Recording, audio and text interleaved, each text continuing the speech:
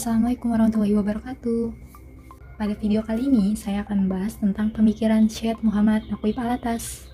Sebagai pendahuluan, saya akan menjelaskan profil singkat Syed Muhammad Naqib Alatas.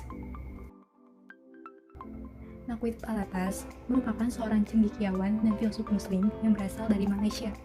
Ia menguasai berbagai bidang seperti teologi, filsafat, metafisika, sejarah, serta literatur. Dan ia juga menulis berbagai buku pemikiran dan peradaban Islam. Yuk kita lanjut pembahasan secara mendetail. Apa saja sih konsep pemikiran dari Syed Muhammad Naqib Alatas?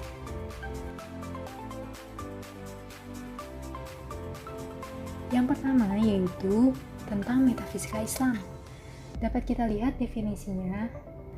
Alatas menyatakan bahwa metafisika Islam adalah tasawuf filosofis yang menerangkan hakikat realitas sebenarnya melalui penggabungan akal dan pengalaman dengan menggunakan tingkatan lebih tinggi, yaitu tingkatan suprarasional serta transempirikal kesadaran manusia. Menurut Alatas, pencarian manusia untuk memahami hakikat realitas sebenarnya termuat dua aliran pemikiran. Yang pertama, aliran pemikiran para esensialis.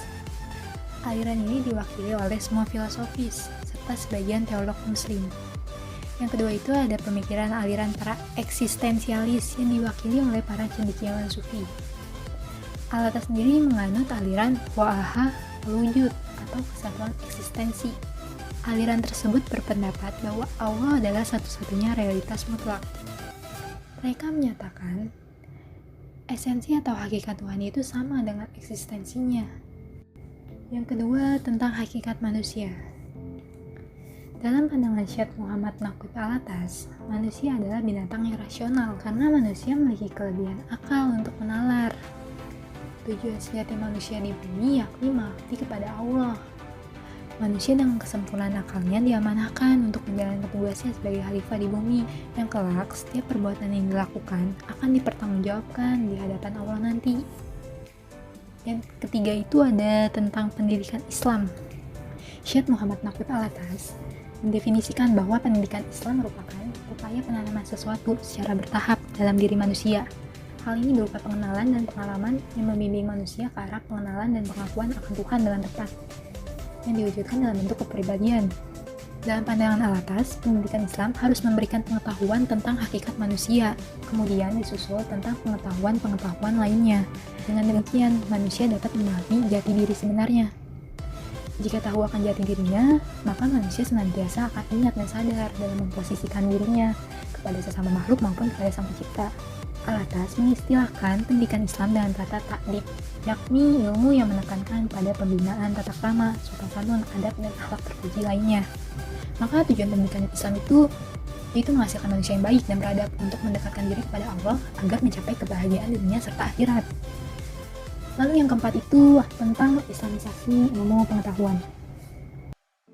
Menurut Alatas, islamisasi ilmu pengetahuan merupakan pembebasan ilmu dari penafsiran-penafsiran teologi sekuler dan ungkapan-ungkapan manusia sekuler.